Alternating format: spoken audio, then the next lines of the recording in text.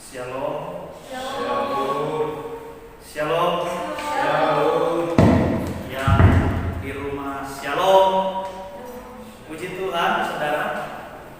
Kita bersyukur kepada Tuhan karena hari ini Tuhan tetap ada dengan kita. Tuhan menolong kita. Adalah anugerah Tuhan yang luar biasa kalau hari ini kita masih diberi kesempatan oleh Tuhan. Saudara, banyak hal yang tidak kita pahami dari karya-karya Tuhan. Kadang-kadang di luar pikiran kita. Tapi satu yang kita tahu bahwa orang yang bersungguh-sungguh dengan Tuhan, saudara, tidak akan pernah mengalami kerugian.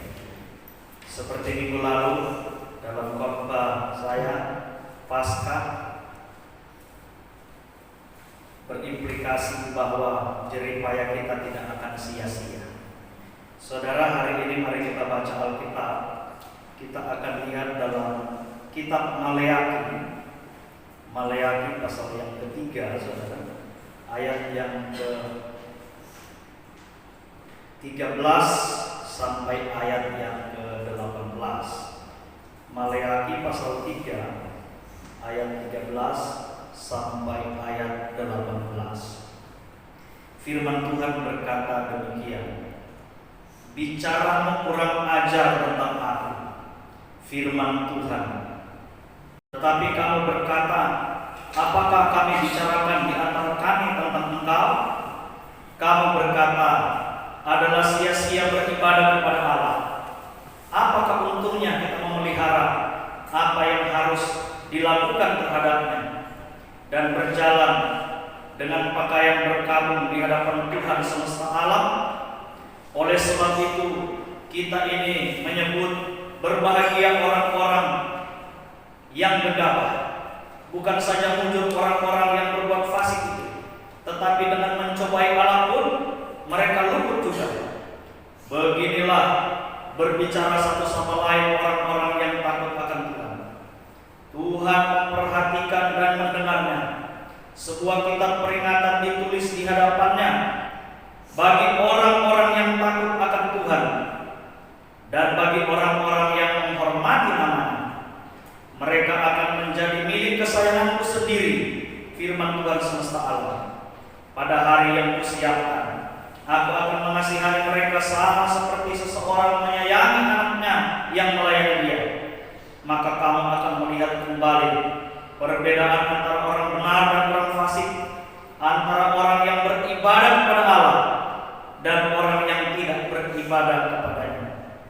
Puji Tuhan, saudara kekasih dalam Tuhan, baik saudara-saudara yang melayani hari ini dan ada di gereja ini, dan saudara-saudara yang ada di rumah masing-masing. Hari ini saya beri judul khotbah janji Tuhan bagi orang yang takut akan Dia.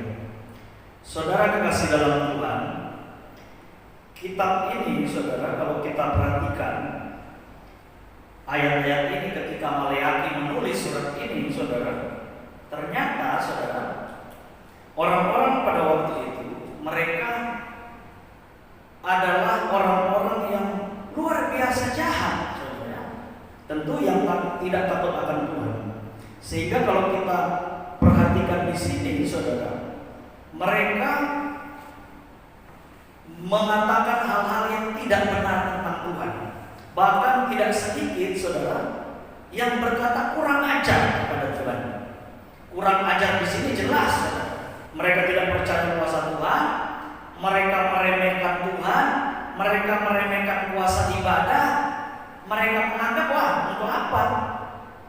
Ibadah tidak pengaruh, berdoa tidak pengaruh, takut Tuhan tidak pengaruh.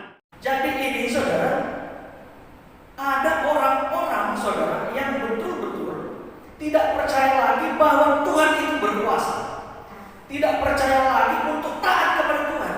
Mereka berpikir bahwa taat tidak ada pengaruh, taat pun tidak berdampak apa-apa.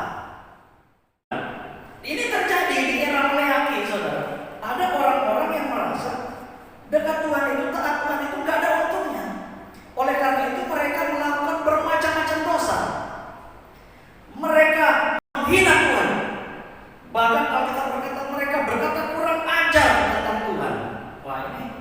Bayangkan saudara ya, ini roh anti tergantuan, dan di akhir zaman ini roh semacam ini akan semakin banyak.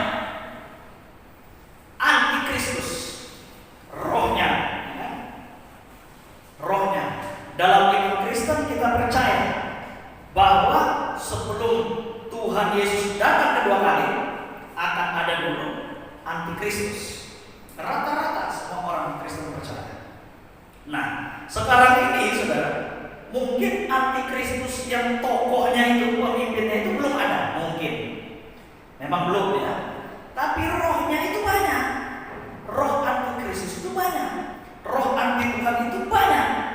Bisa ada di luar gereja, bisa ada dalam gereja. Dalam gereja itu yang mulai berpikir begini, saya taat sama Tuhan, gak ada gunanya. Saya setia sama Tuhan, gak ada gunanya. Gak ada dampaknya. Ngapain saya harus taat? Nah, itu bisa ada di dalam gereja yang seperti itu. Nah, tentu saya berharap saudara, di gereja ini tidak ada otak begitu. Tidak ada pikiran-pikiran anti Tuhan seperti itu. Karena biasanya saudara dimulai dari anti sedikit-sedikit. Lama-lama anti banyak. Lama-lama tolak Tuhan. Nah, ini jangan sampai terjadi. Oleh karena itu saudara, Maleakhi ini menulis surat ini dengan luar biasa menurut saya saudara. Di sini dia mencela mereka dan meminta mereka bertobat. Karena kalau tidak bertobat, mereka akan lihat satu saat nanti waktu Tuhan akan tiba bahwa ada perbedaan antara orang benar, antara orang taat kepada Tuhan dengan orang yang tidak taat kepada Tuhan. Sekarang belum waktunya memang. Ketika waktunya belum tiba, saudara, orang bisa berpikir begitu. Percuma saya taat, nggak ada artinya. Tapi ketika waktu Tuhan itu tiba, saudara harus hati-hati. Ketika waktu Tuhan itu tiba, maka ada perbedaan antara orang benar dan tidak benar, antara orang taat dan tidak taat. Maka saudara, kalau ada di antara kita yang mulai ada pikiran-pikiran tidak taat, mulai ada pikiran-pikiran yang menganggap kesetiaan tidak berdampak bagi saya, bertobat. Siapapun yang menyaksikan siaran ini, kalau ada pikiran-pikiran itu kepada Anda, bertobat. Karena kalau waktu Tuhan itu sudah tiba, dia akan memperlihatkan perbedaan antara orang setia, orang taat, dan tidak taat. Sekarang memang belum, sehingga orang akhirnya berpikir gila seperti itu. Tapi di Maleakhi ini kita melihat saudara, ada janji Tuhan yang luar biasa bagi kita yang tetap mau taat dalam kondisi yang bagaimanapun juga. Minggu lalu sudah saya bilang, kalau kita dengan Tuhan, saudara, apapun yang terjadi, entah hidup atau mati, masa depan kita cerah. Amin, saudara. Karena Yesus juga pernah bilang di Yohanes kan, Yesus bilang apa? Orang percaya akan tetap hidup walaupun dia sudah mati. Tetap hidup walaupun mati. Wah, ini luar biasa. Nah, oleh karena itu saudara, kita jangan sampai saudara berpikir bahwa percuma kita setia. Kita lihat satu-satu nanti. Apa dampaknya kepada orang yang taat kepada Tuhan? Ini janji Tuhan bagi orang yang takut atau yang taat kepada Tuhan. Kita lihat saudara, yang pertama adalah orang yang takut akan Tuhan pasti akan diperhatikan dan didengar oleh Tuhan. Itu pasti. Ayat yang ke-16 saudara baca. Ayat yang ke-16. Beginilah berbicara satu sama lain orang-orang yang takut akan Tuhan. Tuhan memperhatikan dan mendengarnya. Saudara, ada perbedaan. Jangan bilang nggak ada, beda. Siapa bilang?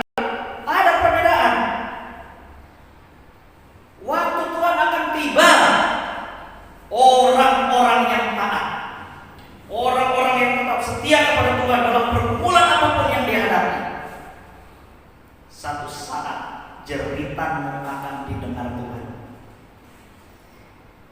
akan diperhatikan oleh Tuhan, pasti diperhatikan.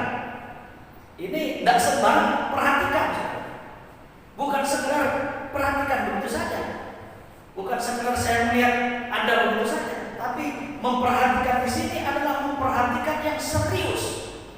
Bahkan mendengar di sini, kalau pelajari teks-teksnya itu dan banyak tafsiran yang lain, itu telinganya dicondongkan ke suara orang-orang yang taat. Telinganya itu dicondongkan, dicondongkan kepada teriakan orang-orang yang taat itu. Dicondongkan ke sana.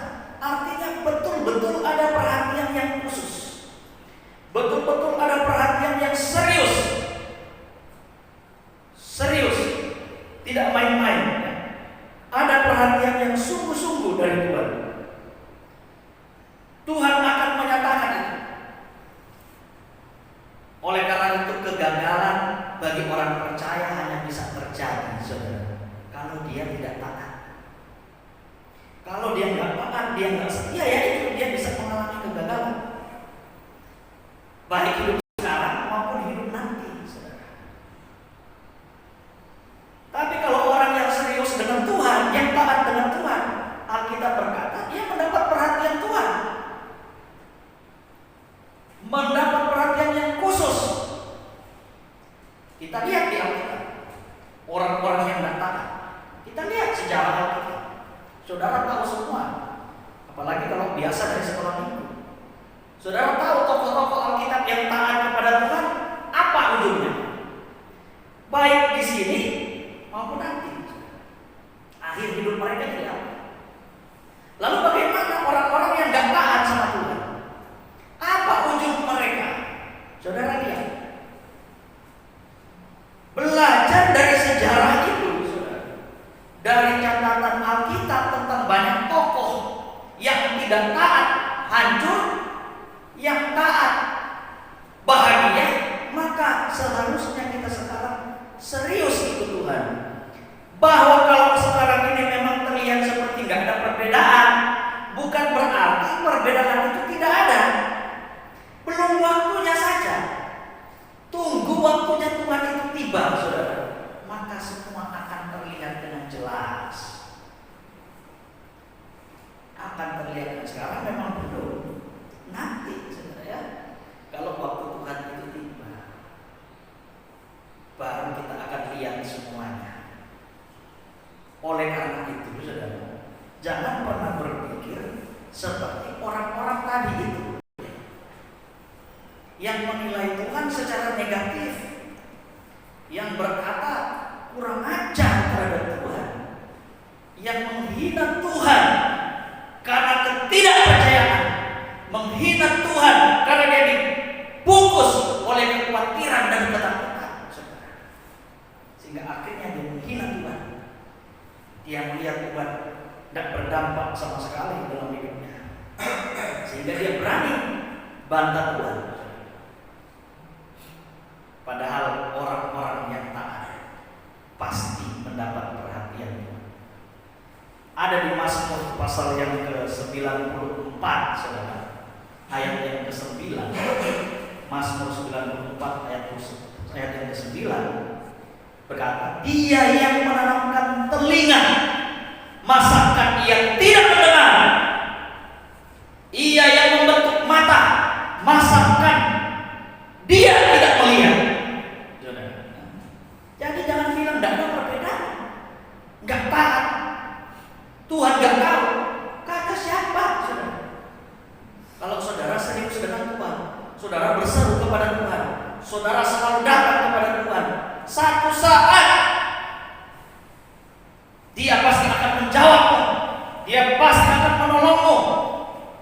Dia yang membuat telinga, masa Dia nggak mendengar? Dia yang ciptakan mata, masa Dia nggak bisa lihat?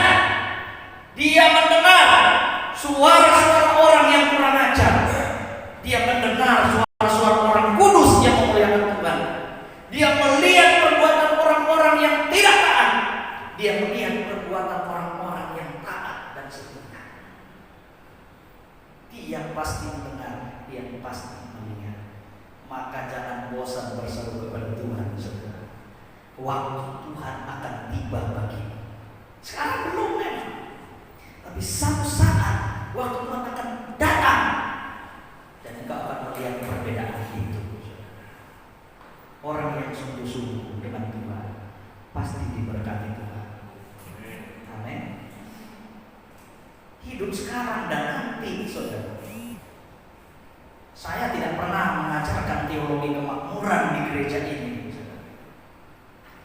Tapi kita juga tidak bisa mengabaikan fakta janji Tuhan bahwa orang yang serius dengan Tuhan diberkati Tuhan. Amin. Carilah dahulu kerajaan Allah dan kebenarannya, semua akan ditambahkan. Walaupun berkat jasmani itu jangan menjadi orientasi kita mengikut Tuhan. Karena kita mengikut Tuhan, kita tahu kalau Tuhan sudah menyelamatkan kita, kita punya masa depan yang indah dalam kehidupan yang kekal, yang jauh lebih penting dari kehidupan di dunia ini, saudara. Tetapi benar, Tuhan pasti akan buat perbedaan sekarang dan nanti.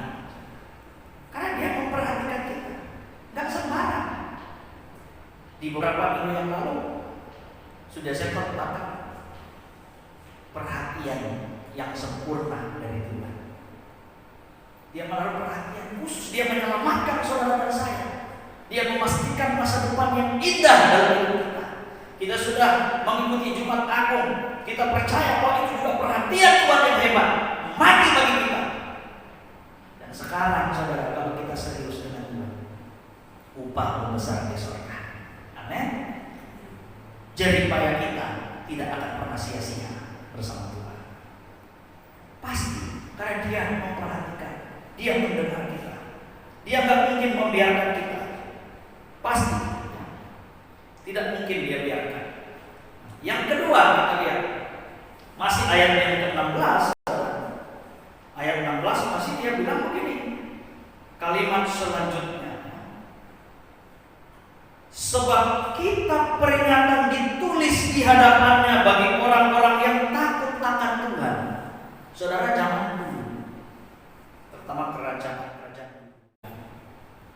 itu mereka punya kitab, kitab peringatan, saudara. Nah rupanya, saudara, Tuhan juga punya kitab peringatan. Entah ini kita terjemahkan literal atau tidak, entah betul-betul ada bukunya atau tidak. Yang pasti, saudara, ada catatan Tuhan terhadap orang-orang yang taat. Ada catatan khusus dari Tuhan terhadap kehidupan orang-orang benar. Maka tidak akan sia-sia pekerjaan saudara. Ya kan? 1 Korintus 15 ayat 58 itu kan, jangan goyah, tetap teguh, giatlah selalu dalam pekerjaan Tuhan, karena tidak akan sia-sia, saudara. Tidak akan sia-sia. Di mesbah keluarga Jumat kemarin kita melihat juga tentang pelayanan itu, saudara. Kita punya karunia yang beda-beda. Kita punya talenta yang beda-beda. Ini bukan soal beda karunia, beda talenta, tapi soal dikerjakan atau tidak. Kalau kita kerjakan dengan serius panggilan kita kembangkan karunia kita kembangkan talenta kita kerjakan dengan hati yang tulus, dengan rajin, dengan sukacita, maka saudara, jeripaya kita tidak akan sia-sia. Amin. Tidak akan sia-sia. Ada catatan penting yang Tuhan buat. Buku peringatan. Tidak akan mungkin Dia lupa. Dia mencatat jasa-jasamu semua itu yang kau lakukan bagi Tuhan. Jadi jangan bilang nggak ada beda.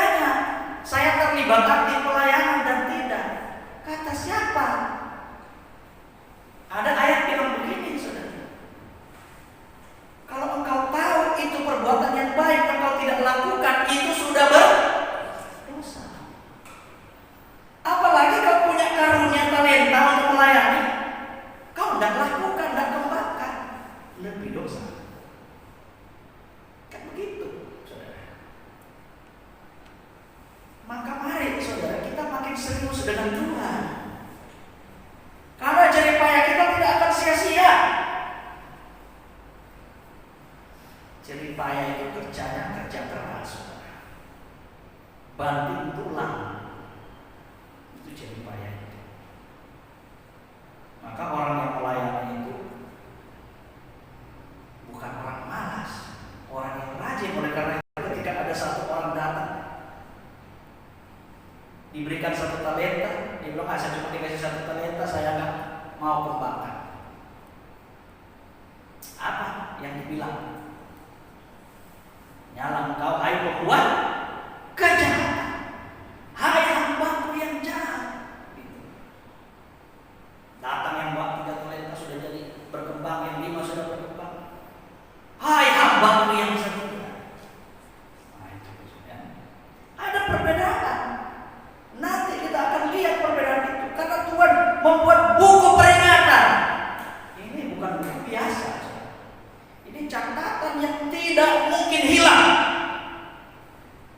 Peringatan, ya kan? Sama seperti pahlawan-pahlawan itu saudara. Bahkan dibuat monumen. Itu peringatan. Monumen Sudirman. Nah, itu peringatan tentang dia. Tapi ini buku peringatan. Catatan yang tidak mungkin hilang. Tuhan akan selalu mengingat kesetiaan kita. Tuhan akan selalu mengingat ketaatan kita kepadanya. Tidak mungkin dia lupakan, saudara. Kalau kita juga selalu berusaha tidak melupakan kebaikan Tuhan, apalagi Tuhan tidak akan pernah melupakan kebaikan kita. Dan saudara tahu, orang yang selalu diingat pasti akan mendapat perhatian yang khusus, tempat yang selalu diingat.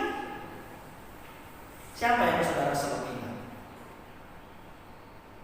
Saya, karena di sini yang selalu saya ingat adalah ibu saya, mama saya. Terus saya ingat dia, karena selalu saya ingat beliau orang yang paling banyak saya telepon. Tidak ada yang lain. Gitu. Kalau istri saya tidak usah tanya, kan hari-hari dia dengan saya. Anak-anak saya selalu dengan saya. Maka yang paling saya ingat ketika saya ada di rumah ya ibu saya. Sampai blengar mungkin dia terima telepon saya.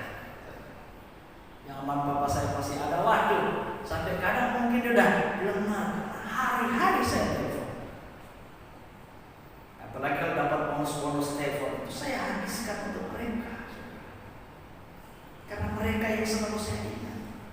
Saya habiskan pulsa-pulsa bonus itu untuk mereka berjam-jam. Kadang kasih saya, waduh, berapa jam kau telepon? 2 jam mungkin saja. Sekarang kan paket-paket itu kan sampai 4 jam saudara dalam satu hari. Bayangkan ya. Karena orang yang selalu saya ingat, saya telepon terus. Sebab pada waktunya saya sudah tidak bisa menelponnya. Ya kan? Mumpung masih bisa telepon, saya telepon terus. Makanya waktu papa saya pergi, saya tidak merasa terlalu sedih karena saya tahu walaupun saya paling jauh dari segi jalan, mungkin saya akan terdekat karena paling banyak ngomong dengan beliau. Inilah bagaimana Tuhan mengingat saya selalu. Waduh, pasti perhatiannya jauh lebih khusus daripada saya memperhatikan orang yang saya kasih. Itu pasti, saudara. Ada saatnya. Amin. Ada saatnya, saudara. Yang pasti saudara tidak luput dari perhatian dia. Karena saudara sudah masuk dalam catatan permanennya dia. Catatan peringatan, peringatan. Dan itu menjadi penting. Yang terakhir, ayat yang ke-17. Ayat 17. Yang ketiga, Tuhan akan menjadikan mereka atau kita milik kesayangan. Kita lihat ayat 17. Mereka akan menjadi Tuhan semesta alam, pada hari yang kusiapkan, aku akan mengasihani mereka sama seperti seseorang menyayangi anaknya yang melayani dia. Waduh. Orang yang taat, saudara, akan menjadi milik kesayangan. Ya jelas. Dia sudah menaruh perhatian kepada kita kok. Pasti kita milik kesayangannya. Apa yang menjadi milik kesayangannya, saudara? Apa yang menjadi milik kesayangan? Barang kesayangan. Saudara, orang yang mendapat perhatian Tuhan, yang taat kepada Tuhan, dia nggak hanya dicatat oleh Tuhan secara khusus, tapi dia dijadikan barang kesayangan. Apa barang kesayangan? Ya. Apa milik kesayangan? Ada? Pasti punya ya. Milik kesayangan kita ya istri kita, suami kita, orang tua kita, anak-anak kita. Itu harta yang paling penting. Amin. Ya kan? Maka jangan sia-siakan milik kesayangan. Jangan kalau udah tua, waduh, sudah tidak jadi milik kesayangan. Kau sudah berubah sih. Dulu kamu tidak begini loh tampilannya, sekarang kau sudah begini. Itu bukan milik kesayangan. Milik kesayangan itu terus. Dia menjadi yang paling penting. Dia menjadi yang spesial. Orang yang milik kesayangan itu, saudara, berarti dia yang paling disayangi oleh Tuhan. Kita akan menjadi orang-orang yang paling disayangi. Makanya saudara, apapun lah yang terjadi, sampai hari ini kita lihat, waduh, semakin berat. Kadang-kadang nggak masuk akal menurut saya. Kunci begini, kunci bahkan di kampung-kampung tertentu udah tutup jalan. Artinya peluang untuk masuk virus itu kan sulit. Kok bisa masuk? Kok bisa masuk? Masuk ke tempat-tempat yang aduh, nggak usah dibilang di sini. Saudara mengikuti semua berita. Ada apa ini? Ada apa? Di segala negara, di China juga sekarang sudah lagi, ulang lagi, saudara. Ada apa? Sudahlah, ini bukan waktunya kita bermain-main dengan Tuhan. Waktunya kita taat. Amin.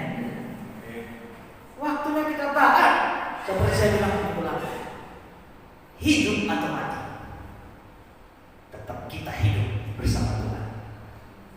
Apapun yang terjadi. Saya lihat saudara beberapa teman, saya tahu yang sudah menjaga betul, tapi kalau sudah waktunya Tuhan, sudah. Maka ini bukan waktunya kita tidak taat lagi. Bukan waktunya untuk tidak serius dengan Tuhan. Saudara harus serius. Kita berharap corona ini selesai. Tapi kalau Tuhan berkehendak lain, saudara, ya sudah. Yang pasti kalau kita taat dengan Tuhan di masa-masa kritis ini, kita milik kesayangannya. Amin. Kita milik kesayangannya. Kita akan menjadi anak-anak yang dikasihi Tuhan, akan mendapatkan kasih yang khusus, kasih yang spesial. Maka tetap setia walau menderita, karena waktu Tuhan akan tiba, kau akan diberkati oleh Tuhan.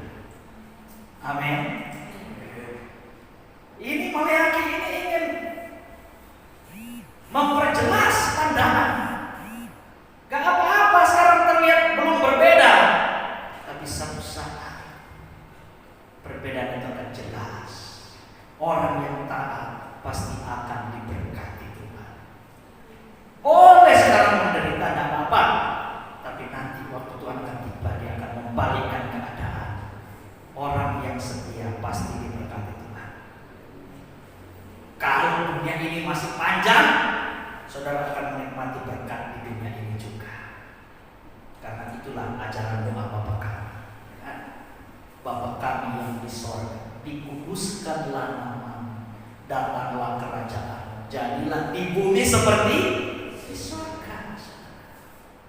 Kerajaan Tuhan hadir di bumi ini, mendatangkan kebahagiaan bagi saya dan saudara. Kerajaan surga itu datang ke bumi ini, saudara. Tapi kalau dunia ini sudah mau selesai, juga tidak masalah. Kita akan menikmati kerajaan yang sesungguhnya. Amin, saudara.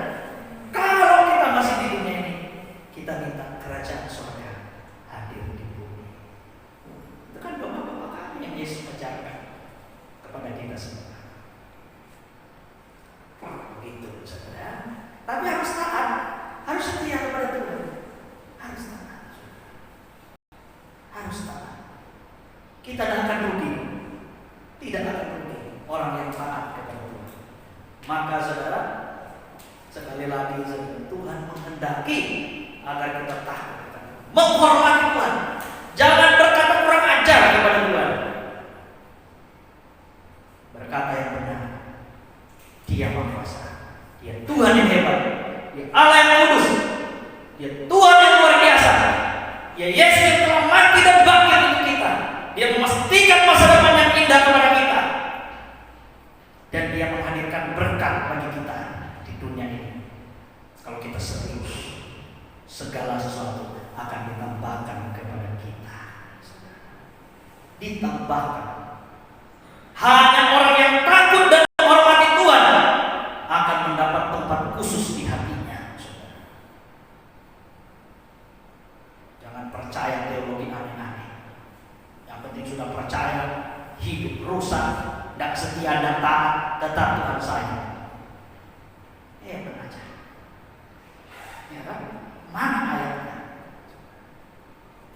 Orang yang sudah percaya pasti hidupnya mau memuliakan Tuhan.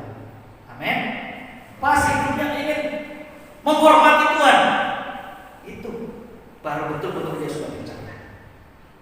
Kalau cuma percaya-percayaannya, belum percaya. Ini prinsip Alkitab yang harus kita pegang. Taat, punya masa depan. Hormati Tuhan, punya masa depan. Cinta Tuhan, punya masa depan. Karena menjadi orang spesial, menjadi orang khusus. Dan ayat terakhir kita lihat. Maka kamu akan melihat kembali perbedaan antara orang benar dan orang fasik, antara orang yang beribadah kepada Allah dan yang tidak beribadah kepadanya. Suatu saat akan lihat, kalau waktu Tuhan tiba, engkau akan diberkati dengan luar biasa. Di sini dan di sana, saudara. Inilah hebatnya mengikut Tuhan. Inilah hebatnya kita bersama Tuhan. Oleh karena itu, jangan mau tinggalkan Tuhan. Hormati Tuhan. Muliakan Tuhan dalam hidup saya dan saudara. Setia beribadah dalam keadaan yang bagaimanapun juga. Mungkin Tuhan izinkan ini untuk menguji iman orang percaya, tetap beribadah atau tidak, atau malah senang dengan situasi ini. Jadinya libur terus setiap hari Minggu. Semua ibadah libur. Waduh, ini ujian. Alkitab berkata alat penanti sudah di tangannya, saudara. Ya kan? Lu beras atau bukan? Ya kan? Karena kalau lu beras yang itu kau akan tetap tinggal. Tabiat itu sudah. Mungkin hari-hari ini juga Yesus sedang menanti kita. Tinggal atau terbuang? Yang terbuang itulah orang yang tidak betul-betul percaya. Iman icip-icip. Tidak sungguh-sungguh. Tapi kalau dia berkualitas, dia akan terbuang. Amin. Tidak mungkin milik kesayangan terbuang. Amin. Milik kesayangan pasti dijaga Tuhan. Tidak akan terbuang. Kalau saudara menjadi milik kesayangan, tidak akan pernah terbuang. Sekali milik Kristus, saudara tetap milik Kristus. Selamanya saudara milik Kristus. Karena dia tidak pernah berubah cintanya, dia tidak pernah berubah kasihnya. Sekali dia mengasihi kita, dia mengasihi kita selama-lamanya. Maka jangan tinggalkan Tuhan. Jangan abaikan Tuhan. Hormati dia dengan sungguh-sungguh. Dan kau akan melihat hidupmu luar biasa, masa depanmu indah. Dan Puji Tuhan, Tuhan Yesus memberkati. Saudara bangkit berdiri.